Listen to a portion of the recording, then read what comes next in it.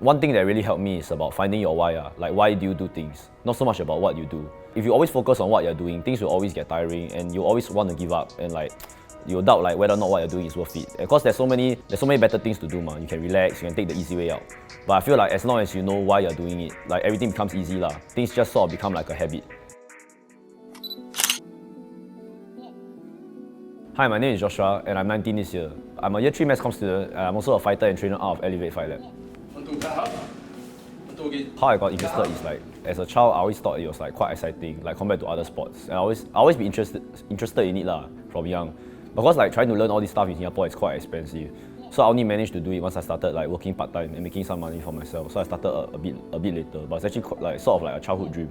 So like actually what got me started into like wanting to compete and stuff. Cause like when I was 18, like I was a bit like directionless with my life. Like I don't really know what I want to do. And like every day I just live like day in day out, but without real meaning lah. So I was like, okay, I wanted to try competing. Cause like when you fight, when you're training for a fight, there's really not much time for other things lah. You have to give your 100%.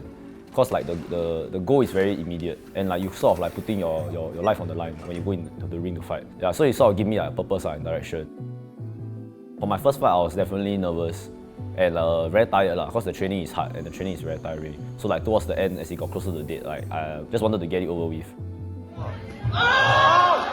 So it definitely felt very good lah, to getting my first win, especially even more so because I was coming off a tough loss when I got the first win. And I also felt very grateful lah, to all the people that helped me along the journey, like all my trainers, like see them day in day out. Like I see the gym more than I see my own home. And then for like all my friends that support me and believe in me, and those that like whether or not they support me from home or they choose to come down and watch me.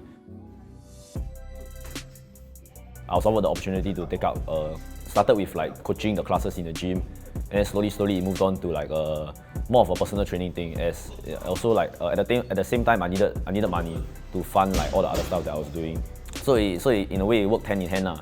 Since I was already spending so much time training in the gym and working on my craft, so I had to take the opportunity to sort of like pass out the knowledge on and at the same time make a small career for myself.